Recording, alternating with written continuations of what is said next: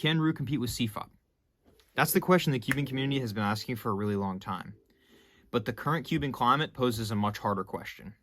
Can Roux compete with ZB? ZB is allowing solvers to two-look their solves like this.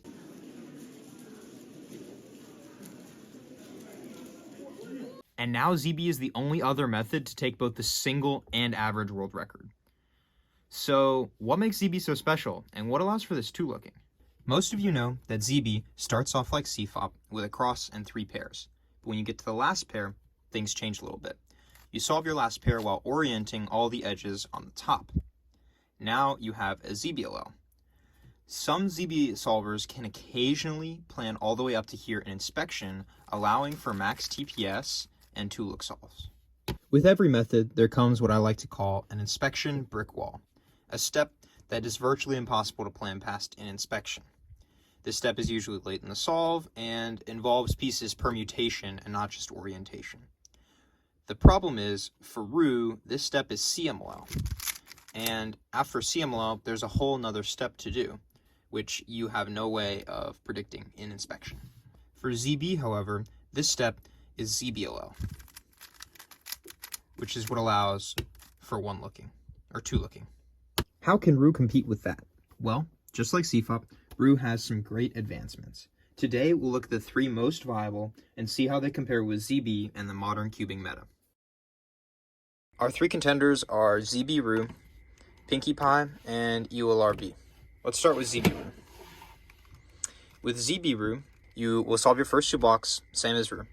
And when you get to your last 10 pieces, if you count pieces, there's actually 10. That's what this is called. CMLL, LSC are left if you're doing regular Roux. Here, what you're going to do is you're going to do your edge orientation and solve the DFDB edges. It's kind of like EOLR. But you also have to keep track of the center. After that, you have a ZBLL. This actually averages slightly more moves than Roux. EODM averages 8.96 moves on average, and ZBLL tends to take about 16.1, including AUFs. The cons of this method are that it is less efficient than Roux. There is a grip shift when you switch from second block to EODM and then back to ZBLL. The nice thing about this method is that looking ahead to the ZBLL is easier because you can recognize your corner permutation while doing EODM. The brick wall for ZBroux is ZBLL, which makes this method two-look viable. Our next contender is Pinkie.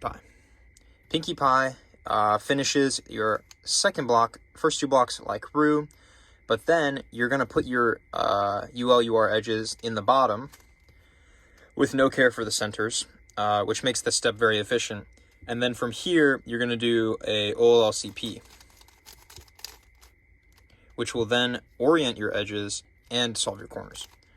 From there, the rest of the solve is super straightforward. So for Pinkie, your first 2 blocks are going to take you 23 moves.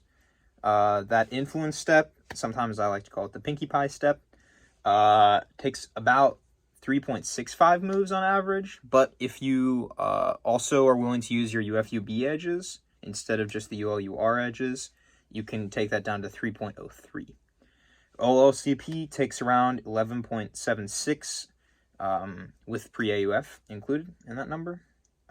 For all these numbers, I'm gonna have links in the description for where I got them from, so that you know that they're legit. For inserting plus doing Roux 4C, it's going to be 6.5, and it's going to be slightly higher at 6.87 if you use UFUB edges as well. Overall, that totals, if you don't use UFUB edges, to 44.91, so significantly lower than regular Roux, which is 48. And if you do use UFUB edges, it's going to go down to 44.66, so a little bit lower, but not much. The pros of this method is that the influence method is very easy to predict because it's very short. Only really have to know where 2 edges are and how they're oriented. The cons of this method, moving on to that, is that the OLLCP algs set is pretty bad. A lot of algs and a lot of OLLCP algs are really bad. Additionally, you're going to have to grip shift after second block to do MU moves for that influence step, and then shift back to OLLCP, do that algorithm. That's an expected grip shift to your algorithm for last 10 pieces, and then you're going to have to grip shift back again to doing insert plus 4C to finish out the solve. So that's 2 extra grip shifts over regular Roux, or at least 1 extra grip shift over regular Roux. Additionally, it's very difficult to look ahead to that 4C step after your OLLCP. OLLCP actually is our brick wall for this method, which means that this method is not 2-look viable. Moving on to EOLRb, with this one, you're going to perform CMLL just like you would with Roux. Then you're going to solve your ULUR edges with and do EO with 1 algorithm. Super efficient. It's like EOLR, but you directly insert the edges, saving moves. From there, you will finish out your solve with step 4C of the Roux method. So for EOLRb, your first 2 blocks is going to take around 23 moves again. CMLL is going to take about 10.5 moves. EOLRb takes about 6.23 moves, and 4C takes about 4.75 moves. Bring our total to 44.48 moves, which is the lowest we've seen from any of these methods. So that's a pro. Pro is the low move count. Additionally, there are no extra regrips. I put that in the pros, even though it's really just not a con that the other 2 have. Additionally, the MU TPS is very good.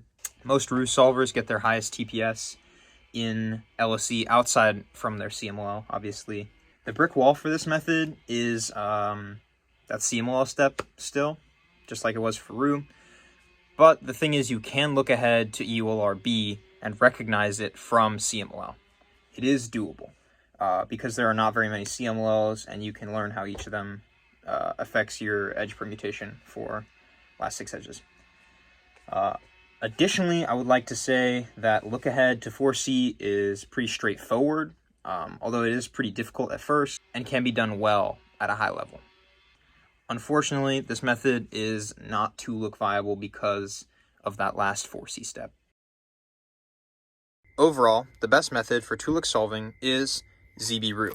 However, it does not go unheard that Pinkie Pie and EOLRb get extremely close, with the last step being around 4 to 5 moves on average away. Additionally, the remedy for this, for Pinkie Pie, is to learn how each OLLCP affects edge permutation, therefore predicting your 4C. The remedy for EOLRb is to influence 4C during EOLRb, breaking that final barrier, making EOLRb most likely the second most viable for 2-looking. Additionally, with the ease of look ahead and TPS during your EOLRb step and subsequently 4C.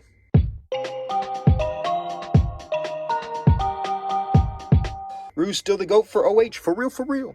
Godspeed.